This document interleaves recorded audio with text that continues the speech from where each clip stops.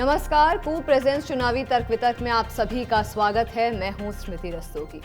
आज अंतर्राष्ट्रीय महिला दिवस के मौके पर मैं सभी महिलाओं को शुभकामनाएं देती हूं और हमारे टॉपिक पर वापस आते हुए तर्क वितर्क में आज भी हम एग्जिट पोल्स के एनालिसिस कर रहे हैं, समझने की कोशिश कर रहे हैं, विश्लेषण कर रहे हैं और क्या कुछ कहते हैं ये नतीजे, ज़मीनी तौर पर कितनी हकीकत है, कितनी रियलिटी, कितना बेस रखते हैं, इन सभी विषयों पर आज हम चर्चा करेंगे। और स्टूडियो में मेरे साथ दो खास मेहमान जुड़े हुए हैं। सबसे पहले मैं स्वागत करती हूं अरविंद जी का। अरविंद जी एक वरिष्ठ पत्रकार हैं, आपका बहुत बहुत स्वागत सर। और हमेशा की तरह स्टूडियो में मेरा साथ बनाए हुए, मेरा साथ देते हुए प्रत्युष रंजन है, जागरण न्यू मीडिया के एग्जीक्यूटिव एडिटर। आपका भी बहुत बहुत धन्यवाद स्मृति। अरविंद जी आपसे ही सवाल की शुरुआत करूंगी। एग्जिट पोल के जितने भी नतीजे कल आए थे 7 बजे के बाद, जो लगातार एक झड़ी लगी थी एग्जिट पोल्स के नतीजों में, उसमें ज़्यादातर अगर यूपी स्पेसिफिक बात की जाए तो सारे एग्जिट पोल्स ने ये दिखाया है कि जो योगी सरकार है उत्तर प्रदेश में वो बहुमत के साथ वापस आ रही है, सरकार बना रही है। हालांकि अगर हम पीछे मुड़ करके देखें तो अगर किसान आंदोलन की मैं बात करूं अरविंद जी, तो जो पश्चिमी उत्तर प्रदेश था उसमें माना जा रहा था, यह आकलन था कि बीजेपी का परफॉर्मेंस डाउन रहेगा, उतना प्रदर्शन वो कर नहीं पाएगी। सिमिलरली अगर हम पंजाब की बात करें तो ये था कि जो वोट बैंक है वो कांग्रेस को मिलेगा किसान आंदोलन के चलते, मगर जो उलटफेर है एग्जिट पोल्स का वो कुछ और ही बता रहा है। हाँ बिल्कुल स्मृति, सबसे पहले मैं भी महिला दिवस पर सबको बहुत बधाई देते हुए ये कहना चाहूँगा कि ये जो चुनाव है इसमें किसान से भी ज़्यादा महत्वपूर्ण महिलाएं हैं और मणिपुर जैसी जगह भी इसमें शामिल है जहाँ पुरुषों से ज़्यादा महिलाएं वोटर हैं जी। और उनका वोट 2017 के बाद अगर आप देखेंगे तो वो पुरुषों की तुलना में ज़्यादा जागरूक हैं और मुझे लगता है कि इसीलिए हम ये कह सकते हैं कि लोकतंत्र को, भारत के लोकतंत्र को मजबूत बनाने में उनकी बड़ी भारी भूमिका है। अब रही बात किसान की, निश्चित तौर पर ये जो आंदोलन है इसमें वास्तव में क्या असर पड़ा ये तो चुनाव के एग्जैक्ट नतीजे आने के बाद पता चलेगा, क्योंकि जो पहला और दूसरा चरण यूपी में हुआ है बेसिकली यही इलाके थे जहां जिसको आप कह सकते हैं किसान आंदोलन से प्रभावित। उसके बाद दूसरा जो है आप लखीमपुर खीरी जिले को देख सकते हैं। बाकी जो इलाका पूरब का है वो किसान आंदोलन से उस तरह प्रभाव नहीं रहा। पंजाब में पूरी तरह से उसका प्रभाव रहा है, लेकिन समग्र रूप से आपको पता होगा संयुक्त किसान मोर्चा वहाँ का एक ग्रुप वहाँ चुनाव लड़ा भी।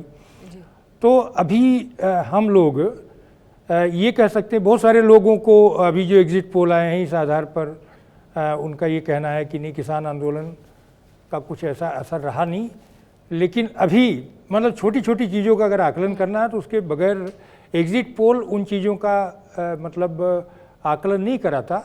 मैं तो उस मामले में किसान आंदोलन को प्रासंगिक मानता हूं कि प्रधानमंत्री जी ने जो कानून थे, उनकी मुख्य मांग थे, वापस किए। इसके बाद जो है बीजेपी ने, अगर आप देखेंगे बीजेपी ने, समाजवादी पार्टी ने, कांग्रेस ने और जो भी बड़े दल हैं, आम आदमी पार्टी ने, इन्होंने किसानों को केंद्रित करके अपने घोषणा पत्र को बनाया है। तो और क्या चाहिए उनको? कौन सा, देखिए जब हमारी किसी किसान नेता से बात हुई, उनका देखो हमें ना तो सपा से लेना ना भाजपा से लेना, किसी से लेना देना, हमारा तो मुद्दा है, हमारा मुद्दा जो मानेगा। तो मुझे लगता है कि मुद्दों पर जो बात हो रही है, किसान आंदोलन का असर इस चुनाव पर निश्चित तौर पर रहा, क्योंकि अगर आप जो अभी भी इसमें भी जो चीज़ें आ रही हैं अगर आप देखेंगे तो पिछले बार तो ये दोनों इलाके जो थे, दोनों चरणों वाले जो इलाके, वहाँ तो बाकी पार्टी वाइप आउट हो गई थी। लोकदल की तो बहुत ही बुरी स्थिति हुई थी, जो कि किसान केंद्रित पार्टी ही है। तो इस बार ऐसा नहीं है। इस बार आरएलडी और समाजवादी पार्टी के जो गठबंधन है वो अगर आप 2017 से लेंगे तो 17 की तुलना में ज़्यादा बेहतर करता हुआ दिख रहा है। ऐसा नहीं कि वाइप आउट नहीं है जो है। तो मुझे लग रहा है कि हाँ, लेकिन समग्र रूप में किसानों ने एक्चुअली कितना वोट कैसा रहा उनका, ये दो राज्यों में हम लोगों को बहुत बारीकी से देखना होगा, पंजाब में और यहाँ। पंजाब में ये माना जा रहा है कि किसान जो थे वो कांग्रेस के साथ थे क्योंकि संगठनों ने उनको वो किया, लेकिन उसमें एक फैक्टर अमरिंदर सिंह भी थे। तो अभी बहुत सारे पक्ष ऐसे हैं जिनको बारीकी से अगर आप देखना चाहेंगे स्मृति, तो हमें 10 तारीख तक का इंतजार जरूर करना पड़ेगा। जी अच्छा अरविंद जी, आपने एक और चीज़ शो से पहले जो हमारे डिस्कशन चल रहा था, चर्चा चल रही थी, उसमें आपने एक और चीज़ पर जोर दिया था कि इस बार इम्पैक्ट ये भी रहा किसान आंदोलन का कि हर पार्टी, चाहे यूपी या पंजाब में, हर पार्टी ने पंजाब सेंट्रिक नीतियों की बात करी है। फोकस में, सेंटर में मतलब किसानों को रखा है। बिल्कुल, देखिए किसान जो है स्मृति, ये दोनों राज्य जो है, पंजाब की थोड़ी स्थिति अलग है, लेकिन वो इस बात को ध्यान में रखना है कि पंजाब इस समय भारत का फूड बाउल है। हाँ, जिसके पास बहुत छोटी सी ज़मीन का हिस्सा हो, वो पूरे देश की फूड सिक्योरिटी को संभाला हुआ है उसने। 130 लाख टन जो है वो 130 लाख टन जो है वो गेहूं दे रहा है सेंट्रल पूल हो। आज कितना है आप देखिए कुल देश भर में, अगर आपको और इससे ज़्यादा चावल दे रहा हो, तो मतलब आप ये समझिए एक दौर तो ऐसा था जब आधी फूड सिक्योरिटी वही संभाला था। तो पंजाब और हरियाणा और पश्चिमी उत्तर प्रदेश, ये तीनों राज्य ऐसे हैं जो बहुत ही महत्वपूर्ण है फूड सिक्योरिटी के लिहाज से। और वहाँ जो जब लोगों ने ये देखा और महसूस किया कि अगर पंजाब और हरियाणा और पश्चिमी उत्तर प्रदेश के किसान अगर संतुष्ट नहीं हैं जहाँ की, तो उसके संतुष्ट ना होने की वजह है, आप उठा करके देखोगे तो गेहूं और चावल से जो है आप बहुत संपन्नता को हासिल नहीं कर सकते। एक 60s में यही पंजाब का किसान, उसके पास 2 जोड़ी बैल थी तो संतुष्ट था। आज उसके दरवाजे पर एक ट्रैक्टर और बहुत सारी मशीनें खड़ी हैं, फिर भी संतुष्ट नहीं है, क्योंकि आज उसका मुकाबला 21वीं सदी के अर्बन लाइफ से है। हाँ, उसके यहाँ हर चीज़ आ रही है, मोबाइल से लेके हर चीज़ वो यूज कर रहा है, तो उसके खर्चे बढ़े हैं और खेती से वो खर्चे पूरे नहीं हो रहे। बहुत सारे पक्ष हैं और इसीलिए पॉलिटिकल पार्टीज़ का उठा के देखो भाई, बिजली क्या, बिजली तो किसान को पहले चाहिए था केवल ट्यूबवेल के लिए, अब उसको एयर कंडीशनर के लिए भी चाहिए और उसको जो है मोबाइल चार्ज करने के लिए भी चाहिए, उसको जो है हीटर भी लगा हुआ घर में उसके लिए भी चाहिए, उसको फैन के लिए भी चाहिए, सबके लिए चाहिए। तो अर्बन कंज्यूमर की तरह उसकी भी डिमांड बढ़ी है।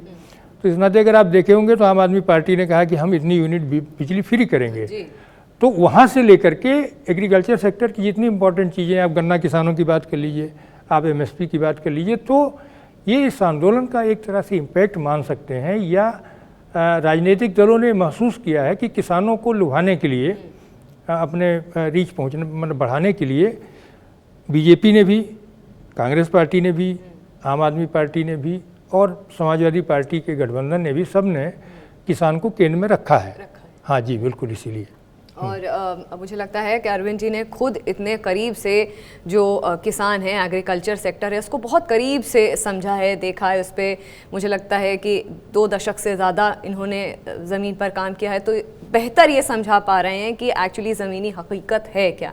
प्रत्युष, आपसे समझना चाहूँगी कि एग्ज़िट पोल्स के जो नतीजे आए हैं अब तक, हमें छोटे दलों के रोल के बारे में अगर हम बात करें, छोटी राजनीतिक पार्टियों के बारे में अगर हम बात करें, तो कितना अहम रोल इनका एग्जिट पोल्स में हमें दिख रहा है फिलहाल? स्मृति, छोटे दलों की बात करें तो सबसे पहले हमें यूपी की बात करनी चाहिए।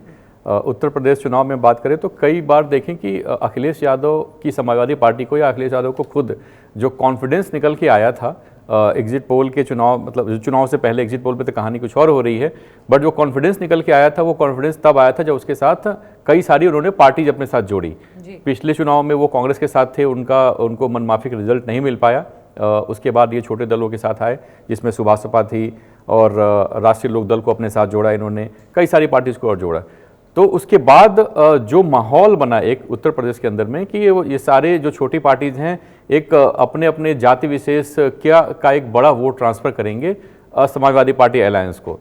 जो आंकड़े चुनाव एग्जिट पोल के जो आंकड़े कल जारी हुए हैं, हालांकि ये आंकड़े हैं, फाइनल तो 10 तारीख को पता चलेगा, लेकिन अगर हम देखें कि जिस तरह से सारी एजेंसी एक ही तरह की बात कर रही हैं, तो उसमें ये क्वेश्चन सबसे बड़ा उठता है कि जो छोटे दल हैं वो उनकी अपनी अहमियत कितनी है, क्योंकि वो अहमियत उनकी तब बढ़ती है जब वो किसी बड़े दल से जुड़ते हैं। हमने कई बार इसके ऊपर बात भी की है कि अगर बीजेपी के साथ अगर सुभाषपा जुड़ी है तो सुभाषपा जहां इलेक्शन लड़ रही है वहां पे जो उनको वोट मिल रहे हैं वो बीजेपी के वोट भी ट्रांसफर हो रहे हैं। ऐसा होता है, मतलब यही प्रोसेस होता है। अगर मैं 2017 की बात करूं, जो खासकर राजभर की पार्टी की बात करूं, तो राजभर की पार्टी थी, उसको आप देखें कि सिर्फ 6,07,911 वोट मिले थे, सिर्फ 6 लाख वोट मिले थे, जबकि करीबन 100 ऐसी सीट है जहां पे ये 20,000, 40,000, 50,000 के आसपास आबादी राजभर की है। इसका मतलब है कि अगर इस पार्टी को इतने इतने वोट मिले, इसका मतलब इनको बहुत जगह समर्थन नहीं मिला है। वैसे ही मैं बात करूं अगर निषाद पार्टी की, हालांकि अभी बीजेपी के साथ हैं, इनका जो वोट टोटल वोट था वो 5,40,000 था। अगर मैं बात करूं राष्ट्रीय लोकदल की, हालांकि 5वीं पोजीशन पे आते थे, लेकिन इनके पास ये 15 लाख वोट था। और अगर बात करें बीजेपी की तो इनको 3,44,00,000 से ऊपर वोट मिले थे, और बीएसपी को समाजवादी पार्टी से ज़्यादा वोट मिले थे। अगर मैं एक्यूमुलेटिव वोट काउंट की बात करूं तो 1,92,00,000 मिले थे बीएसपी को और 1,89,00,000 मिले थे समाजवादी पार्टी को। तो जिन दलों के सहारे लोकदल और समाजवादी पार्टी के अखिलेश यादव इन जो नैया पार कराने की कोशिश कर रहे थे, जातिगत संरचनाओं को और जातिगत इक्वेशंस को ध्यान में रख के, वो क्या ये पार्टी कर पाई? इनका बेस क्या बिल्कुल है अपनी ही जाति में? ये सबको समझना जरूरी है, खास करके एक्सपर्ट्स को समझना जरूरी है कि जो जातिगत इक्वेशन को ध्यान में रख के ही सारी अपनी एनालिसिस करते हैं कि इस पार्टी का कैंडिडेट है तो इसको इतना वोट गया।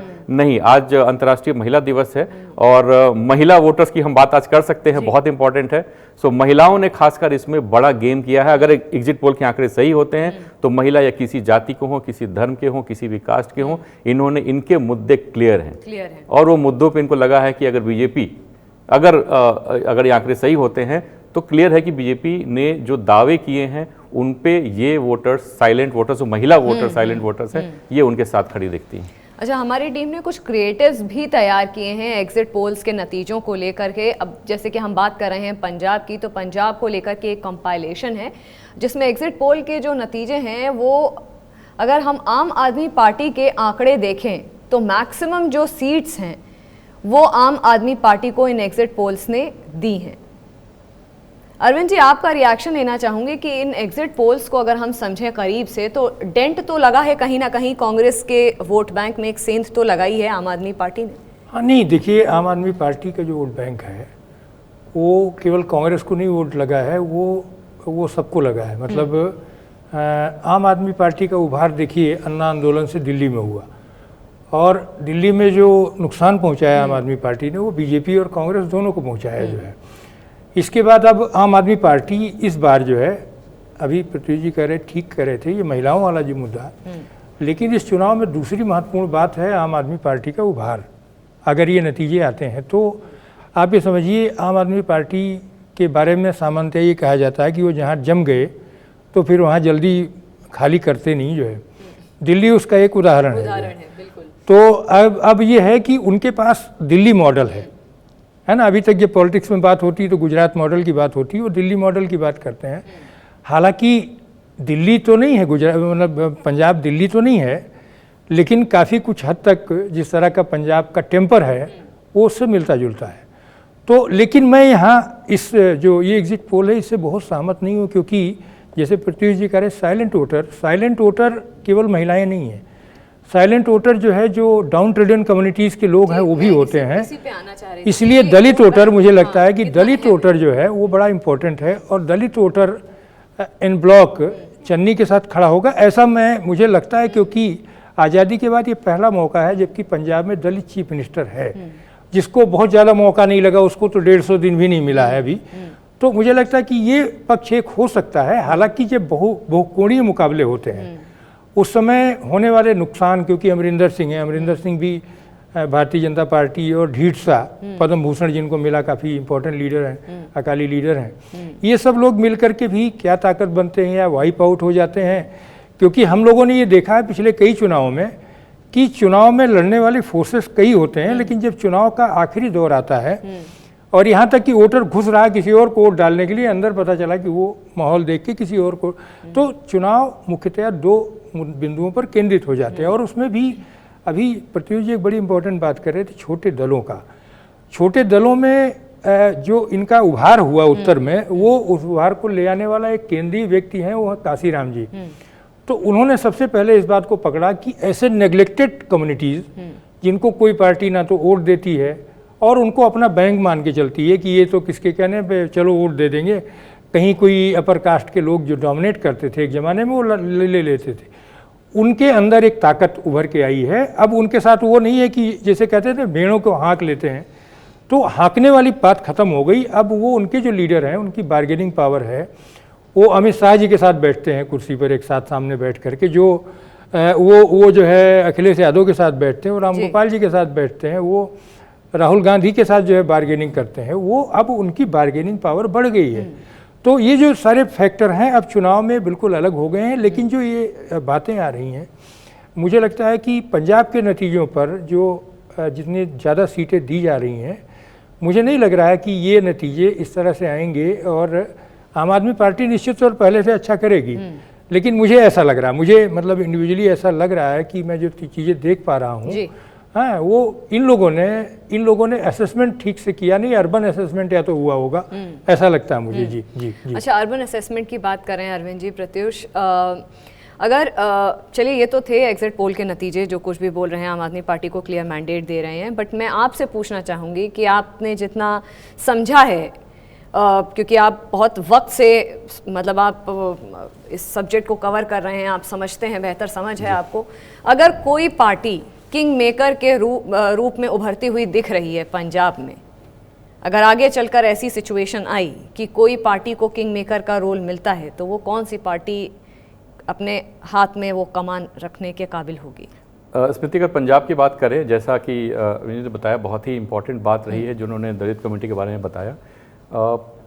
पंजाब का जो इक्वेशन है, करीबन 57 इनहेबिटेड विलेजेस में 100% कम्युनिटी जो पॉपुलेशन है वो शेड्यूल कास्ट की है। करीबन 1200 से ऊपर ऐसे विलेजेस हैं जहाँ पे 30 से 40% एससी के शेड्यूल कास्ट के वोट्स हैं। जो आम आदमी पार्टी को पिछले इलेक्शन में सीट मिली थी, वो खासकर मिली थी मालवा क्षेत्र में। जो माझा और दोआब क्षेत्र है वहाँ पे नेग्लेक्टेड थे, दोआब में तो बिल्कुल ही नहीं थे, जहाँ पे कांग्रेस का डोमिनेंट है। तो ये जो आंकड़े आ रहे हैं ये बहुत चौंकाने वाले हैं, अगर ये सही होते हैं तो वाकई में चौंकाने वाले हैं। और मैं भी एग्री करता हूँ जिससे कि यहाँ पे ये वाले आंकड़े बहुत इन्फ्लेटेड लग रहे हैं, क्योंकि हो सकता है कि उन क्षेत्रों में नहीं गए हों जिन क्षेत्रों की हम बात कर रहे हैं अभी, क्योंकि जहाँ पे जीरो हैं और कांग्रेस एक मैसिव मेजॉरिटी पार्टी बन के वहाँ पे थी उस एरिया में, सडनली ये चीज़ें कैसे पलट सकती हैं? क्योंकि आप अर्बन एरियाज में तो आप जाके इन्फ्लुएंस कर सकते हैं वोटर्स को, अपने फेवर में कर सकते हैं, और कांग्रेस का एक मजबूत इंफ्रास्ट्रक्चर रहा है और दलित सीएम का जो चेहरा उन्होंने दिया है, ये सब कहीं ना कहीं फैक्टर है। सो ये सब जब एक पेज पे आता है तो मुझे लगता है कि ये कुछ आम आदमी पार्टी की कुछ सीट्स तो बढ़ सकती हैं, क्लोज फाइट हो सकती है, क्योंकि 117 कंस्टिट्यूंसीज हैं और बहुत नज़दीकी मामला हो सकता है कांग्रेस के साथ इनका। लेकिन इस तरह से जो ट्रिपल फिगर में जो कुछ नंबर्स आए हैं, एक एजेंसी ने ट्रिपल फिगर्स में भी दिया है, वो मुझे लगता है कि वो थोड़ा ज़्यादा है इन्फ्लेटेड फिगर से। अच्छा, हमारे पास जो एग्जिट पोल का कंपाइलेशन हमारी टीम ने बाकी के 3 स्टेट्स के लिए भी, राज्यों के लिए भी किया हुआ है। मैं रिक्वेस्ट करूंगी, चाहूँगी कि बैक टू बैक ये एग्जिट पोल के कंपाइलेशन भी हमारे लिए प्ले कर दें। ये मणिपुर का है कंपाइलेशन, इसमें एग्जिट पोल्स का क्लियर जो मैंडेट है वो भाजपा की तरफ टिल्टेड है। अरविंद जी, आपका मैं रिएक्शन लूंगी इस पर। स्मृति, जो पूर्वोत्तर के जो राज्य हैं उनमें सबसे जो महत्वपूर्ण है, जिसको आप कहते हैं कि gateway of north eastern area, Assam है। तो सामान्यतः असम जो है वो पैमाना तय करता है कि ये पूर्वोत्तर किधर जा रहा है। तो मणिपुर में ये पहले से ही, चुनाव के पहले से ये सामान्य तौर पर मणिपुर का जो वोटर्स है ये भी है, और वहाँ जो आर्म फोर्सेज एक्ट है उसको एक केंद्रीय मुद्दा, वो पिछले कई चुनाव से बना है, इस बार भी बना रहा। और जो उस तरह के ग्रुप्स है उससे रक्षा मंत्री ने भी कहा कि हम बातचीत करने के लिए तैयार हैं। तो फैक्टर्स हैं वहाँ कई, लेकिन उनको लगता है, चाहे नागालैंड हो, मणिपुर हो, मिजोरम हो, उन लोगों को ये लगता है कि दिल्ली के साथ बने रहने में उनके जो है, क्योंकि ये सब स्टेट ऐसे नहीं है जो अपने पैर पे खड़े हों, आज उनको केंद्रीय सहायता की बहुत ज़्यादा मदद की ज़रूरत पड़ती है। वोटर भी इस बात को समझता है कि जो दिल्ली में सरकार है उसके साथ बने रहने में उसको ज़्यादा मतलब उसकी ज़्यादा भलाई जारी रहेगी। तो क्योंकि आप जानते हैं ये सारे स्टेट ऐसे हैं जहाँ मिलिटेंसी की माने जहाँ उग्रवाद की एक बड़ी समस्या लंबे समय से बनी रही है, उनके रिसोर्सेज का एक बड़ा हिस्सा वहाँ लगता रहा है। तो मणिपुर का वोटर भी मुझे लगता है कि वो अगर भारतीय जनता पार्टी की ओर देख रहा है अगर, तो ये जो है माने अप्रत्याशित बात नहीं है, ये स्वाभाविक बात है। और ये जो लोग हैं ये मेच्योर पॉलिटिशियंस हैं। इनमें से अगर आप देखेंगे तो जो अभी चीफ मिनिस्टर हैं वो खुद ही कांग्रेस पार्टी से आए हैं, और ये लोग जो है ये लंबा इनका राजनीतिक वो रहा है, तो मतलब ये लोग जिसको आप ये कहें ग्रास रूट लेवल पर भी इनकी पकड़ है। तो मणिपुर के बारे में मुझे कोई फिलहाल वो नहीं है, और मणिपुर के बारे में आप जनरल भी अगर आप देखेंगे तो लोग पहले चुनाव के पहले से ही कहने लगे थे कि वहाँ कोई समस्या नहीं है। लेकिन इसमें से किसी राज्य को मैं ये देख रहा हूँ कि प्राइम मिनिस्टर ने किसी भी राज्य को बहुत हल्के में नहीं लिया है, वो हर जगह गए हैं अगर आप उठा करके देखेंगे। तो इस चुनाव में जो क्षेत्रीय चेहरे हैं वो तो हैं ही, प्राइम मिनिस्टर खुद एक चेहरा है। जब प्राइम मिनिस्टर एक चेहरा होता है सामान्यतः तो उसका असर बहुत सारे ऐसे वोटर पर पड़ता है जो उदासीन बैठा हुआ है, उसको लगता है, तो वो बहुत सारे फैक्टर जुड़ जाते हैं उसके साथ, ऐसा मुझे लगता है। जी जी। दो और हमारे पास कंपाइलेशन है, बैक टू बैक रिक्वेस्ट करूंगी कि वो भी हमारे लिए प्ले कर दिए जाएं, उत्तराखंड और गोवा के। इसमें भी कहीं ना कहीं मुझे लग रहा है कि जो मैंडेट है वो, क्योंकि चाहे वो गोवा की बात करें चाहे वो हम उत्तराखंड की बात करें, तो गोवा में नेक के नेक लग रहा है प्रत्युष भाजपा और कांग्रेस के बीच में जो फाइट है। वहीं उत्तराखंड की मैं एक और बार रिक्वेस्ट करूंगी कि वो एग्जिट पोल का जो कंपाइलेशन है उसे एक और बार प्ले करा जाए। इसमें कुछ एग्जिट पोल भाजपा की तरफ हैं, कुछ कांग्रेस को भी मैंडेट दे रहे हैं, बट मोटे तौर पे मुझे लगता है ये अगेन फेस ऑफ वाली सिचुएशन दिखा रहे हैं। ट्रेंड की जो हम हमेशा बात करते आए हैं कि ऑल्टरनेट सरकार की जो एक ट्रेंड है उत्तराखंड में और गोवा में, मैं बेसिकली आपसे रिमार्क्स ही लूंगी मैं प्रत्युष। बिल्कुल, पहले उत्तराखंड की बात कर लेते हैं स्मृति। काफ़ी नेक एंड नेक दिखा रहे हैं एग्जिट पोल के आंकड़े, और इन आंकड़ों पे विश्वास करें तो सरकार किसकी भी बन सकती है। लेकिन हम हिस्टोरिकल भी देखें तो ये बदलते रहते हैं। लेकिन मेरा अपना खुद का आकलन ये है कि यहाँ पे बहुत ही क्लोज फाइट सच में होने वाली है, और लास्ट मोमेंट में जो दल बदल की संभावना वाली चीजें रही हैं पिछले हिस्ट्री में, उसका एक मेजर रोल ना प्ले हो, ये मैं आशा करता हूँ कि कोई एक दल की सरकार बने, वो चाहे 2 सीट या 3 सीट या 5 सीट की मेजोरिटी से बने, कंफर्टेबल मेजोरिटी में आके बने तो ज़्यादा बेहतर रहेगा।